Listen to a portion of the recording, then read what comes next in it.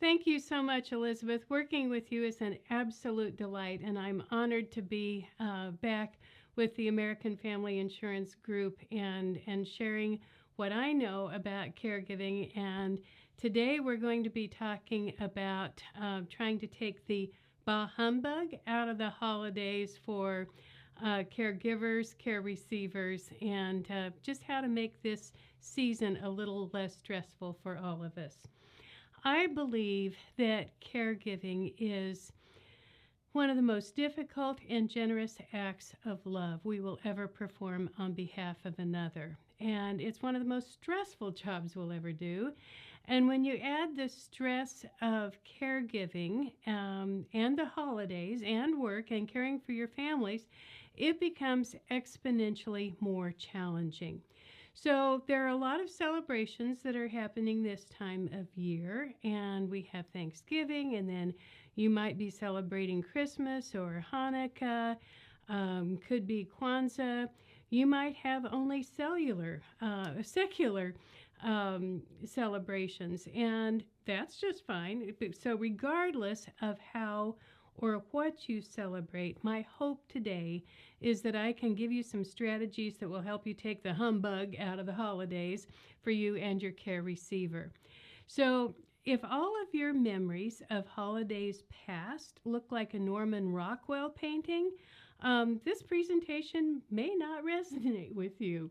But my experience is that in most families, there's someone who just cannot help being who they are. And at one time or another, a lot of us have had to deal with the drunk uncle, the drama queen sister, perhaps a guilt-tripping parent, a control freak. We might have a tech addict or two who simply cannot put their phones down long enough to engage in conversations or even come to the table. And we might have political zealots on both sides of the aisle. There's also picky eaters, and usually someone who knows exactly what you are doing wrong and precisely what you should do to get your life straightened out. So do any of those people sound familiar? Well, if so, welcome to the club. Families are messy.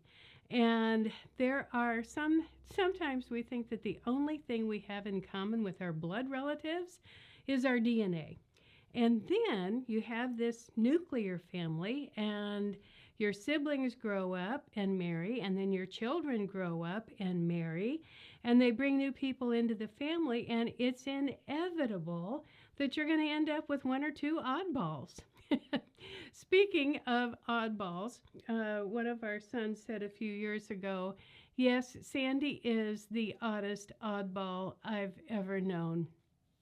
But she's my oddball, and I just can't imagine my life without her. And I just always have thought that that was just the sweetest thing he could have ever said. So we might not choose all of our relatives to be our friends, but when we are related either by blood or by marriage, they're a part of our family, and they can be frequent guests at our holiday celebrations. So if we can accept that our families grow and change, we might also be able to embrace the idea that some of our holiday traditions may also need to change.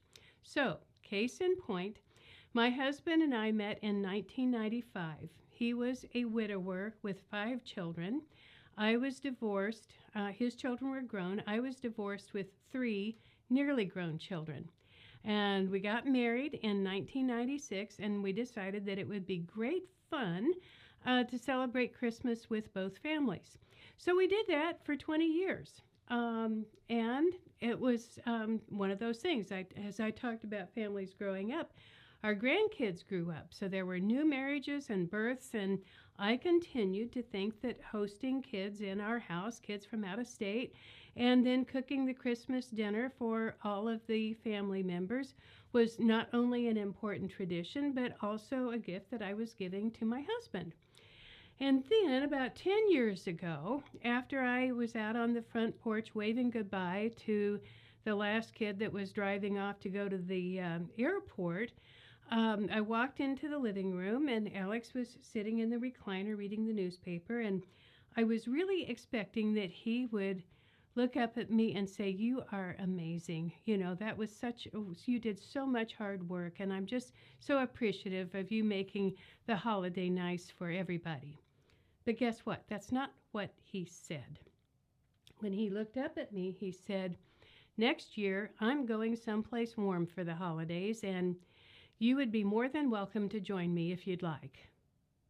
And I said, "What, did you not enjoy Christmas this year?" And he said, "No, I did not." I said, "You didn't? What was the problem?" And he said, "Well, you're the problem." And I said, "Excuse me?" And he said, "Yes, you're the problem because you make such a big deal out of everything." And I said, "Okay, fine. Well, why don't you tell me how I can not make a big deal out of hosting 2 of your daughters and their families for 2 weeks straight and cooking Christmas dinner for 30 people? And he said, "Simple. You just stop doing it." And I said, "What do you mean you stop doing it?" And he said, "Well, you just let the kids have their own traditions, and we just go someplace warm and do something different." Well, I don't remember what I said, but I do remember stomping out of the room and thinking, "Okay, you want to go someplace warm? I'll make the plans. I'll buy the airline tickets. I'll book the resort, and this is going to cost you plenty, pal." So after I calmed down, after I stopped being really, really mad, I thought, well, I don't really want to break the bank, and this is my money too. So I decided that I needed to practice what I preach and follow the 3 steps of creative indifference. And to be clear, being creatively indifferent does not mean that you become cold, indifferent, or unfeeling. It's a 3-step process that actually helps you manage your responses to any challenging situation. And so the 3 steps are aware, accept, and action. So I had to become aware that our holiday gatherings did take a tremendous amount of work and effort, and that all of the shopping, cooking, serving, gift wrapping, and cleaning up really wasn't all that much fun for me. And I had to think of my motives. Why did I do this? And to be honest, it was kind of humbling when I realized that I really just wanted to be appreciated. And what I said I was doing for everybody, I was really doing for myself, because I wanted them to love me and think that I was amazing, right? So that was a little humbling and revealing when I got to that point. And then the second step was acceptance. And there are a lot of things when we are caregivers that we have to accept. And what I needed to accept is that Alex is several years older than I am, and he has suffered with chronic back pain for a long, long time. So I had to accept that what was once fun for both of us was no longer fun for him. And the chaos was absolutely exhausting. So when you have a large group of people and multiple conversations and a lot of things happening in the kitchen all at the same time, it was wearing him out. And so I had to accept that the gift I wanted to give him was not a gift that he wanted to receive. And so that made me sad, but it helped me realize that it was time to re-examine our tradition and start some new ones. So that takes you to the 3rd step, which is action. And we did leave and go someplace warm for the next 2 Christmases, and that helped us realize that we love all of our family members. We love being with them. We love being with them during the holidays. We just don't love being with them all at the same time in the same place. So we started having smaller gatherings, and some were at our home. We met some in restaurants. Some events were in their homes. And it was less work, less noise, and less confusion. And we actually had the opportunity to have real conversations and really connect with our kids and our grandkids and we could relax, and it was no longer all about the logistics. And it was like, well, that actually worked. So that's how I applied the 3 steps of creative indifference to our holidays. And now I would like to offer you a few things to consider that might relieve a little bit of stress for you and your care receiver. So the first step is to become aware.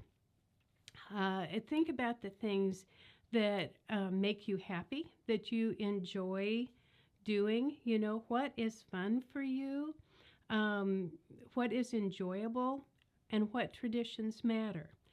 And when you think about past celebrations, think about if this is really important to continue doing it, or if it's something that you do because you've always done it, and then ask if it's really important to continue. And then, is there anything you can let go? For instance, for decades, when I would have a holiday feast, I had to set up a table or two with the good china, silver, crystal, flowers, the whole 9 yards. And amazingly, a couple of years ago, I discovered that the world did not stop spinning when I invited somebody else to bring a dish or two, and I served a Thanksgiving meal on disposable plates. Oh, who knew that was possible? Well, it wasn't the end of the world. So I am not saying that you should forget the turkey and go buy a bucket of Kentucky Fried Chicken, unless that's what you want to do. But if you can make the holidays more about the connection and the conversations and less about the decorations, the presents, and the other logistics, it's probably going to be more memorable for you and for the people you love. So if you identify what is possible and enjoyable for you, the next step might be to consider, what can your care receiver handle? If you're going to include them and bring them to a location where there are a lot of people, think about their challenges with hearing, vision, mobility, or with memory loss, and how that could impact their experience. The second step is creative indifference. The second step to creative indifference, of course, is acceptance. And we have to accept that we all have limits. No matter how hard we try, none of us can wring more than 24 hours out of any given day. We cannot control the disease or the impact that it is having on our care receiver or the eventual outcome. And this next one, I really wish I could control, but I can't. We cannot control the behavior of other people. It would be awesome, but not possible. But the good news is we can control our attitude and we can choose our actions. So let's look at some possible action steps. When you identify what you can do joyfully and willfully, I would suggest you make a list, and then you have the pleasure of checking off each task as you accomplish it. And then also identify what makes you grumpy. If these activities and obligations feel like burdens, find out what you can do to dump them or change them so that you can stop feeling resentful. And if you are feeling angry, resentful, and burdened, it's probably a really good indication that you need to set some better boundaries. So let's talk about when, how, and why to set better boundaries. The why is simple. You set boundaries to let people know that your feelings, needs, and wants are just as important as theirs, and that you will not allow them to manipulate you into doing things that you don't want to do. So the when can vary. We'll start with an easy one. If there are any old family conflicts that tend to bubble up when you have family gatherings, or if your group has people from both sides of the political aisle, You may want to set some boundaries before the gathering. So when when you're talking to people about attending, you could say something like that. You could say something like, "We are not going to talk about Dad's will, and there will not be any political talk. And if anyone starts to argue, I am going to ask them to leave." So you can set that boundary up front, and those are pretty easy. You can just say if somebody starts getting out of line, you can say, "We all agreed that we were not going to talk about this, so let's move on. Maybe you need to take it outside for a minute and cool off, but we're not going to have that in this house this year." So now let's talk about something that's a little more complicated. I was speaking at a conference in Sacramento several years ago, and afterward we had a Q&A session. And a woman raised her hand and she said, could you tell me how I could make my mother happy? And I said, "Oh, that's an interesting question." And I said, "Has your mother ever been happy?" And she said, "Oh, no. She's always been a real piece of work." And I said, "Well, is she asking you to do something right now that she thinks will make her happy?" And she said, "Yes." She called me a couple weeks ago and she said, "I want to move in with you." And I said, "Okay, well, tell me about the conversation since then." And she said, "Well," I said, "Oh, Mom, no, I think you should look at this new active retirement community it's pretty close to us. It's only about 4 miles away, and it's really nice." And then she said, "Well, I don't want to move into a place like that. That's all old people." And then I said, "Well, they have a lot of activities. They have a bus that will take you any place you want to go, and they go on trips, and they have activities during the day. They have people that come in and present music and lectures, and they have games and things." And she said, "Games? What, like bingo? I'm not going to play bingo. What's the matter with you?" And then she said, I told her that Carol's mom lives there and that Carol's mom really likes it. And my mother said, "Well, Carol's mom is a cow. I wouldn't want to live any place where I'd see her for breakfast, lunch, and dinner every single day." And I said, okay, I get the picture. So what we need to do is switch the conversation. She said, "I don't know what you mean." And I said, "I know. I understand. But what you're trying to do is make it okay for her to do something she doesn't want to do. And she's not going to do that. So you've been talking about her, and now the next time you talk to her, you need to make it about you." And she said, "Well, I've never done that." I said, "I'm not surprised. But here's how you do it. You use I statements, and that allows you to resist pressure and stand up for yourself. You don't have to explain or apologize. You simply can say things like, "Oh, no, I love you, Mom, but I don't want you to move in with me." You could say, "That doesn't work for me or my family."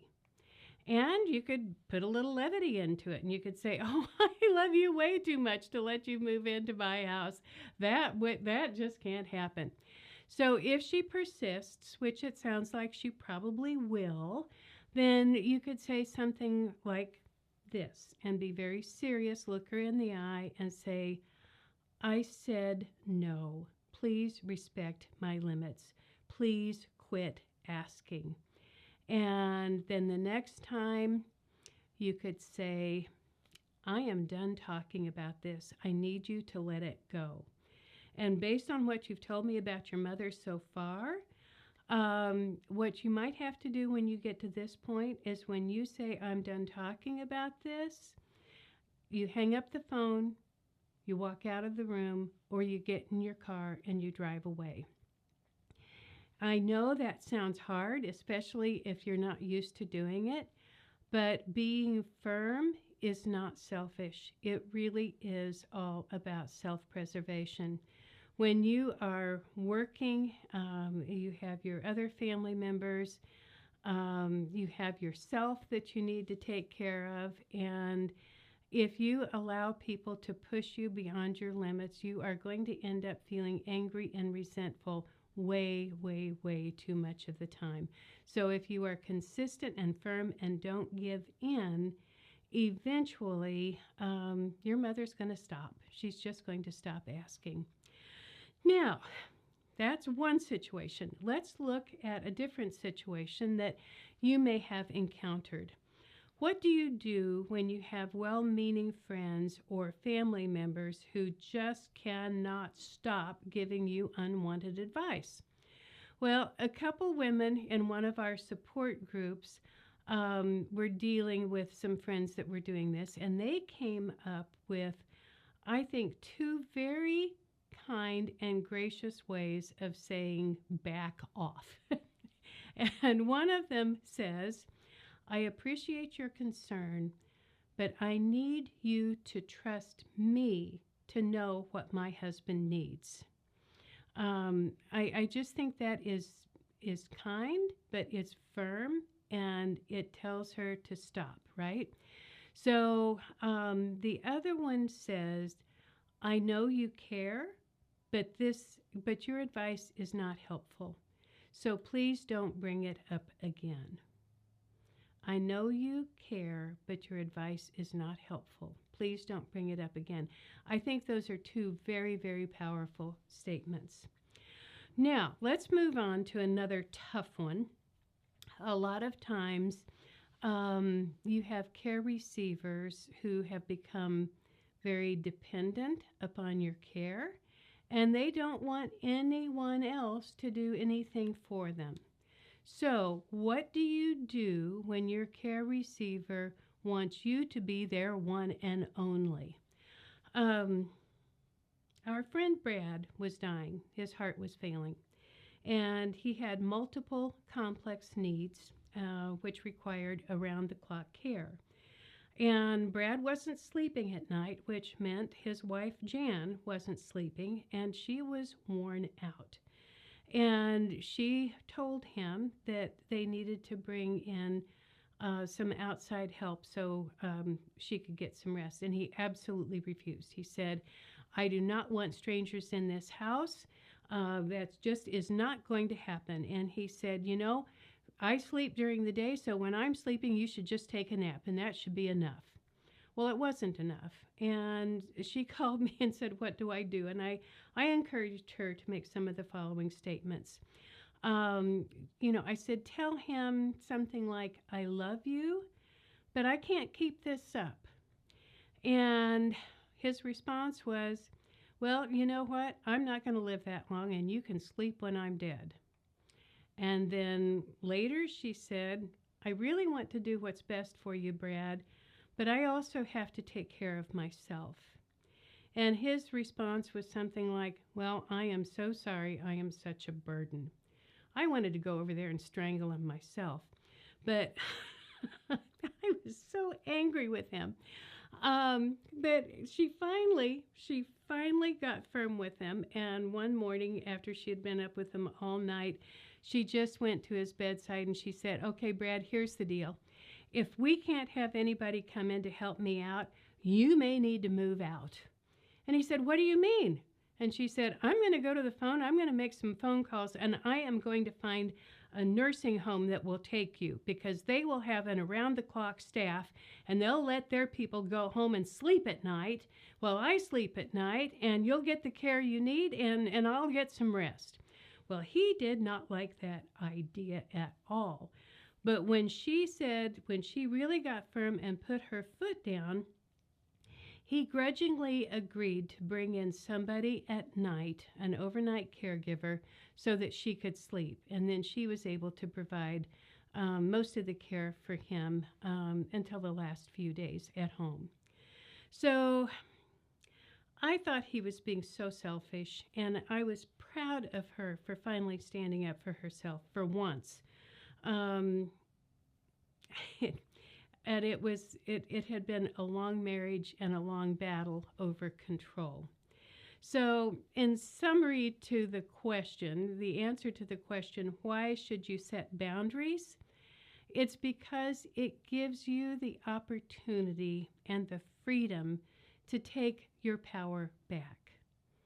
And people who have gotten what they want for a long time by making you feel responsible for their happiness and comfort will not like it when you draw that line in the sand, because they will lose the power to control you.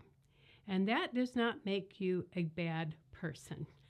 It really doesn't. So I'm willing to and happy to answer any questions you may have about that after after the talk. Again, this is not selfish. It's all about survival. Now, let's take a look at some things that you can do to reduce your care receiver's holiday stress. We've talked about setting boundaries for caregivers. Now let's look at how we can ensure that our care receivers don't get too exhausted or stressed out so they can enjoy them. I would ask you to consider their challenges. Can they participate? My dad was a farmer, and he was a man of strength and vigor and stamina. He could repair, fix, or build anything until he had the stroke. And then when he had the stroke, it really impacted his processes, his cognitive processes. He was slow to think, and it took him a long time to speak, and his speaking was impaired. And after one family gathering, he told my mother that he really wanted to participate in the conversations, but by the time he thought about what he wanted to say, the conversation had already moved on. And that left him feeling isolated and irrelevant. Now, the other question is, can they hear? My mother used to love family gatherings, and she enjoyed visiting lectures and volunteering in group events, but as her hearing diminished, it was harder. And she got hearing aids, which amplified the sound, but the background noise was so irritating that she just couldn't stand it. So she missed a good deal of the conversations, and that left her feeling left out and lonely. So the next question is dementia a factor? Now, it seems cruel, if Grandma hosted all of the Christmas gatherings and everybody gathered at her house for years, and then suddenly that's not happening anymore. You feel like you really want to be able to bring her back. You want her to be with the family and to enjoy the traditions that you had always enjoyed. But if she has dementia, you really want to consider how it will impact her. Now, if she just has short-term memory loss, that's no big deal. If she still knows who you are and she still recognizes where she is when she's with you and she forgets all about it the next day, no problem. She had a good time. Everybody enjoyed having her there, and it was a positive experience. If, however, they no longer remember who you are or how you fit into their life, visiting a strange place and being with a lot of people that they don't know can be extremely disorienting and frightening. So getting out of their normal routine and putting them in a chaotic situation can be very upsetting to them. So I have a friend, Jackie, and she had her mother, Suzanne, in an assisted living facility, and she recognized that her mother's dementia had advanced to the point that she really needed to be in memory care. So she did her research. She found a very good one that was close to her home. She visited, she got references, and she was confident that this was going to be the right place for her. So she had all of the furniture moved, and then she got her mother, and she took her there, and they toured the apartment. They went out to the dining area and had coffee and a little cake. And then, once she was certain that her mother was comfortable and settled in, she went home, she opened a bottle of wine, she had a couple sips, and she thought, okay, that's done. That was easier than I thought. And then the phone rang.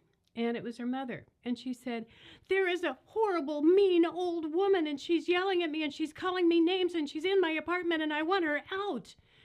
And Jackie was obviously upset and shocked, and she said, okay, I'm going to call the administrator. So she hung up, she called the administrator, told her what had happened, and the administrator said, oh my goodness, I don't know. She said, I'm going to go check it out. So she called back a few minutes later, and she said, I went into a room, nobody was there, and no one had seen anybody go in, and I don't have a resident that I think that would do that. So I'm just confused, but we're going to watch her door and make sure that that doesn't happen again. About an hour later, she got the same phone call. There's this horrible woman. She's yelling at me and calling me names. And so they went through the same thing again, and then the third time that she called, Jackie thought, I'm just going to get in the car and I'm going to drive over there and I'm going to find out who is harassing my mother. So she got the administrator. They went into Suzanne's room together. They went into the bedroom. Nobody was there. They checked the closet. It was clear.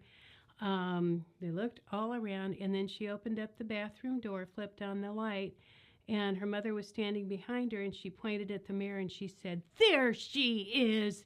You are ugly. You are awful. You are repulsive. You are mean. You are a witch. I want you out of here now.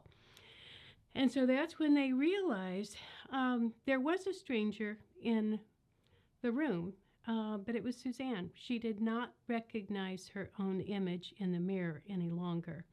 And that confusion may have been from the move. It may be that she was just in a new place, or it may have been the first time that she had looked in the mirror and didn't recognize her own reflection. So the solution was actually pretty simple. They took the mirror down and they replaced it with a large photo of her that had been taken when she was in her mid-60s. So when she went to the sink to wash her hands or put on her lipstick, she was looking at a person that she recognized. It was not a stranger in the room. I think we have to accept that when a person has dementia, their brains are dying, and they do things and say things, and they lose skills and abilities that we're not prepared to face, to accept, to understand. I want to introduce you to a dear friend of mine. This is Dorothy Tucker. This picture was taken of her when she graduated from nursing school in the mid-1970s. And Dorothy worked in nursing homes and in memory care communities for over 30 years. And during that time, she kept a journal.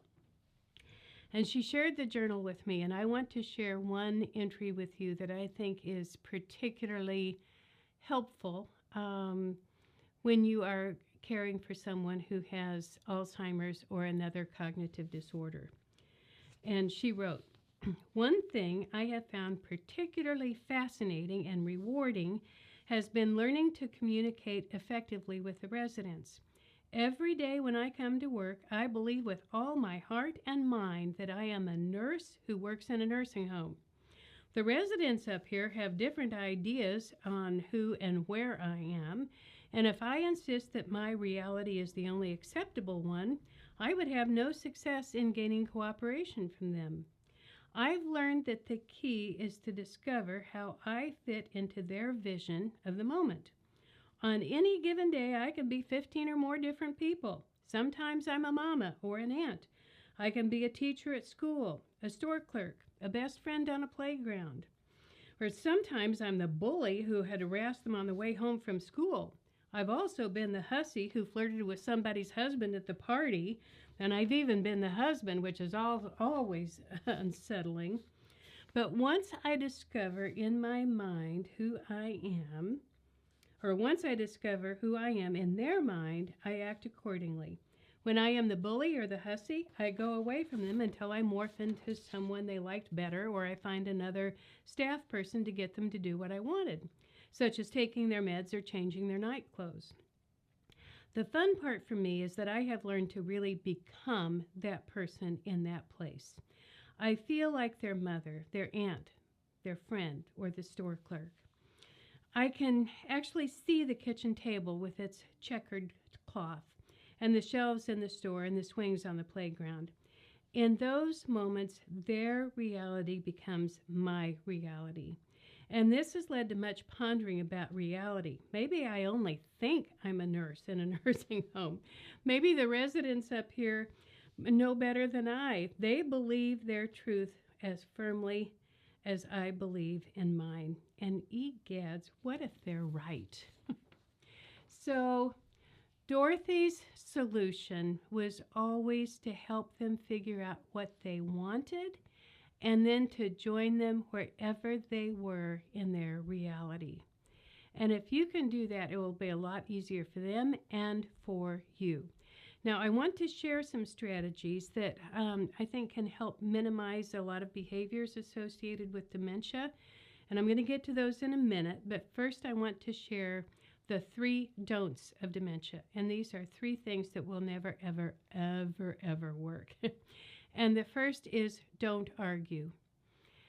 They are convicted of their truth. And they believe in their reality as much as you believe in them. So don't argue because they don't have anything else to do. And they are just going to get agitated, angry, and upset if you try to fight with them. The second thing is don't try to talk them out of it. No amount of empirical evidence is going to change their mind. Again, it's just going to agitate and upset them. So just go along. And then don't force them to remember. Alzheimer's steals memories.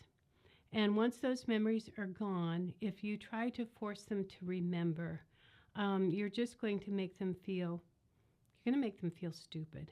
And you don't want them to feel that way because that's going to hurt their feelings and it's going to make them not like you very much. So, how can you include a loved one in your celebrations and make it fun for them and for you? Keep it short. Older people and people with dementia get really tired, and fatigue causes stress.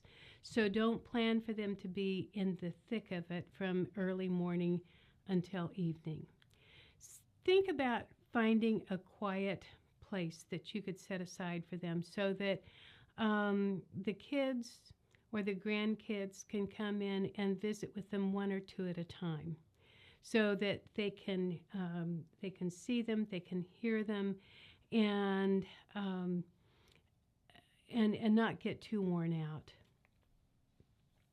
And if the wheels come off, if everything else fails, and if they start getting upset, I would suggest that you start the music. Music is magic for people with dementia.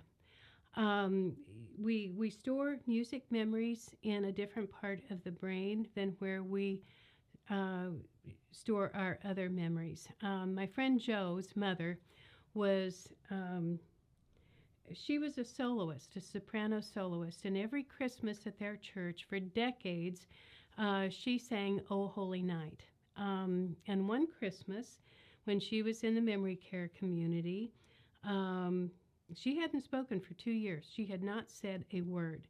But they had a pianist come in, and he started playing "O Holy Night."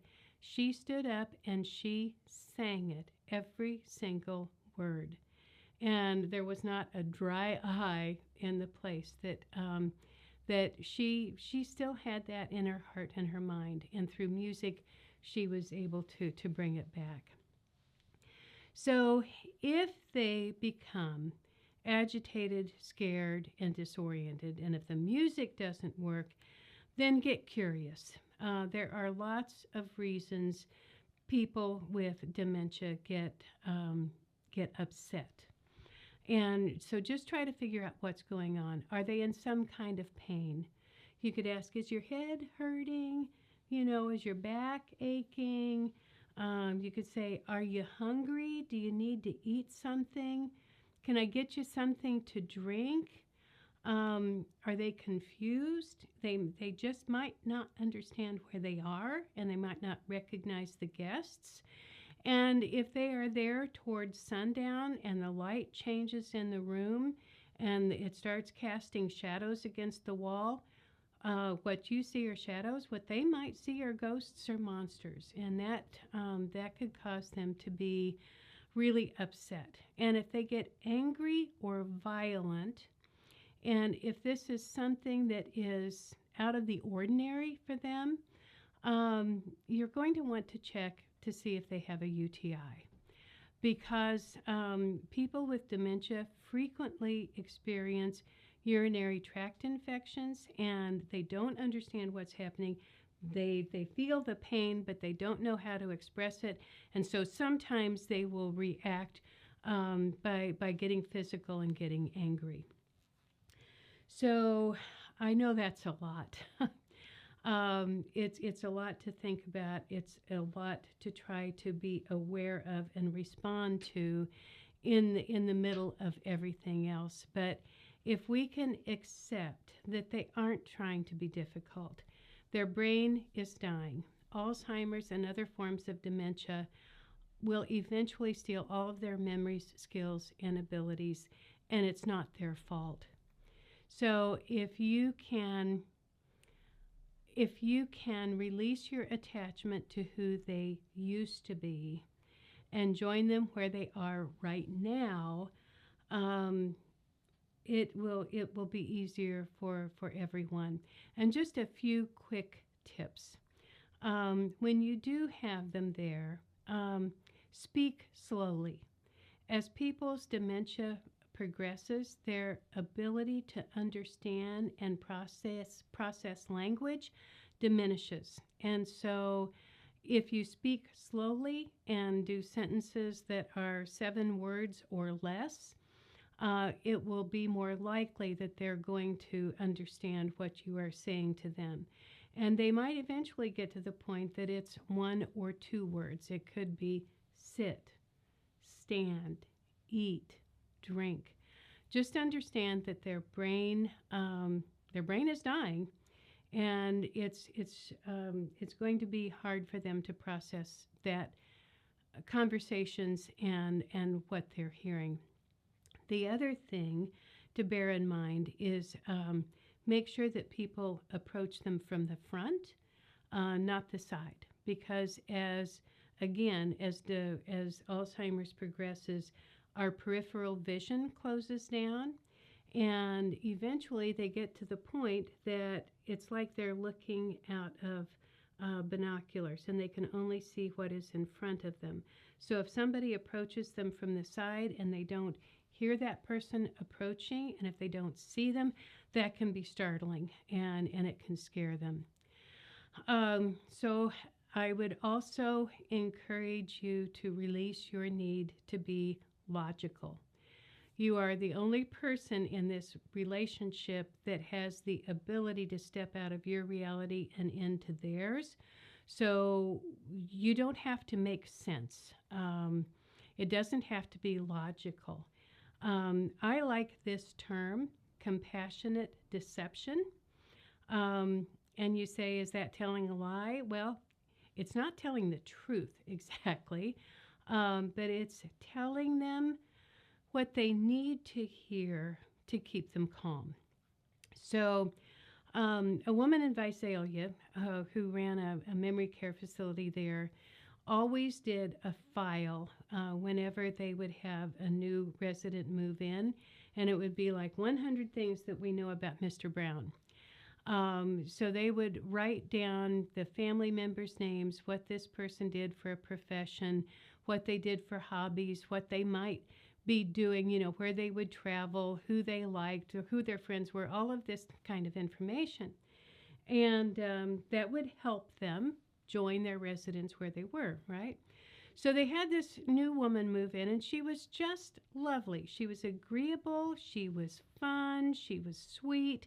She would go to breakfast and lunch and enjoy conversations with the other residents, but they couldn't get her to go to dinner.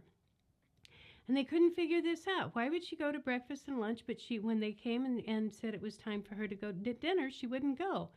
So the administrator went to her room and she said, so Sadie, why do you not want to go to dinner? And she said, oh, I'd like to go to dinner, but I'm just waiting for Dwight to get home.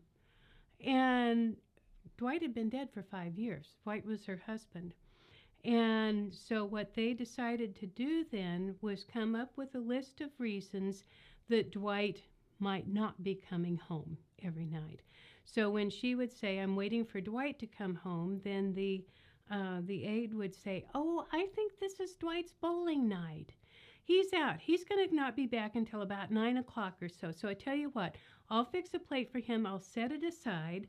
And then when he comes in, I'll tell him to have his dinner and then be really quiet when he comes into your room. Is that okay?" And that would be fine. That was fine with her. So not arguing with them, not trying to talk them out of it, and just playing into whatever it is and telling them what they need to hear, rather than trying to keep them tethered to your reality, will make it a lot easier. And then if they can't come to you, if you decide it just doesn't work for them to come to your home or to wherever the large gathering is going to be happening, go to them. Um, but bear these things in mind. Short visits are fine. You don't have to go and spend the entire day. They will be happy to see you, and if you can take something that is engaging for them, you can share some cards, books, photos, treats. Take music. If you can put some music on an iPod and get them to dance with you, that can be an awful lot of fun. I like this idea too. Take some treats to the staff. One friend of mine always had a very large bowl of candy in her dad's room, and she had a note on it that said, "Abe just loves it when you come to visit. Please help yourself to a piece of candy." And she said that way she made sure that there were always people coming into her dad's room and checking on him, because they'd come in for the candy and Abe would get a visit and he would get a quick health check, and it all worked out. So dementia is a thief. We can't change it or stop it. So if you are caring for somebody, regardless of what their condition is, I would like to ask you to consider what matters the most this year. Um, I'd like for you to think about, in the future, when you look back on this holiday season, what do you want to remember? Do you think that you'll remember that you had a perfectly clean house, beautifully wrapped packages, and a perfectly set table? Probably not. What you are probably going to remember is the moments that you coaxed a smile out of them, that you heard them laugh, that you saw them hug somebody. That if you can capture these moments where they had some joy, and you can hold that in your heart, I think that's going to make it. It's going to make those memories a treasure for you to hold on to for a long, long time. Now, I want to share a story about my friend Thel. She and I were members of the same book group for many, many years, and her husband Dick was a principal at a local high school, and he was just a charming, cheerful, lovely man, and he developed Alzheimer's. And so she kept him at home. She had help come in 2 to 3 times a week, so that she could do what she needed to do to take care of herself. And it was the Christmas before he died. It was just a couple weeks before Christmas.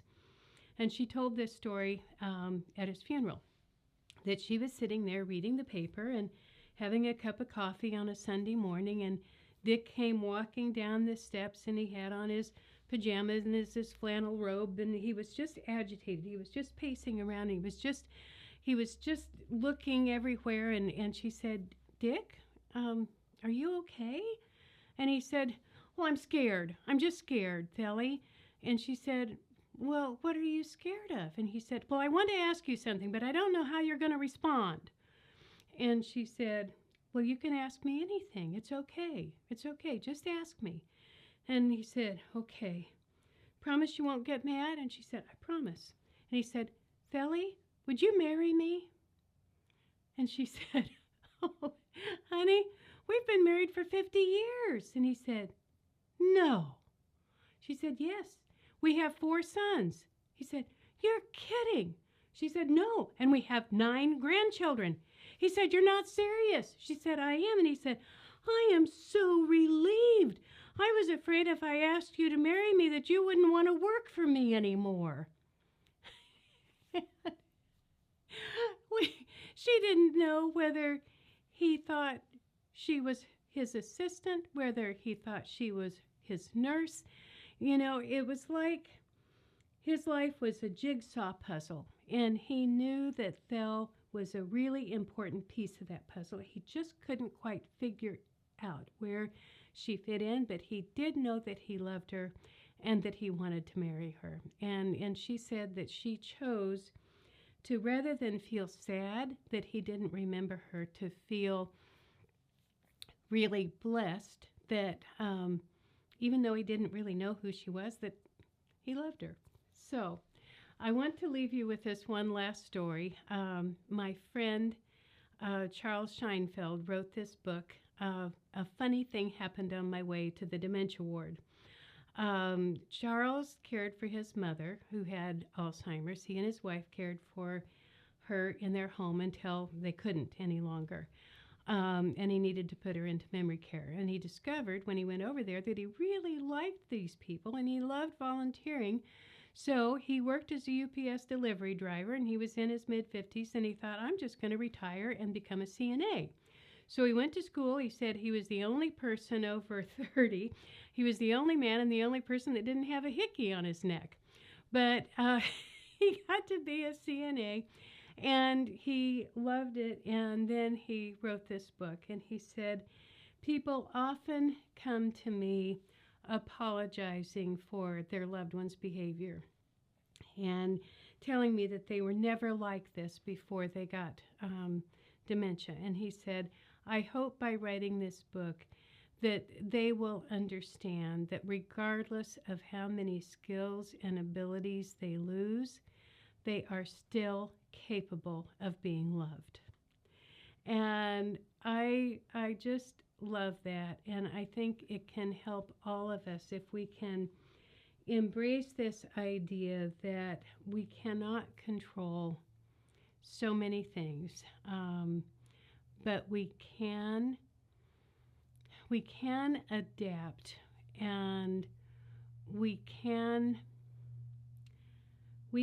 love them, and we can make it as easy and as pleasant for them as possible. And when we join them where they are and just embrace them, we can still have the opportunity to make some meaningful and joyful memories. So with that, I want to wish you a happy holiday, and let's open it up for some discussion.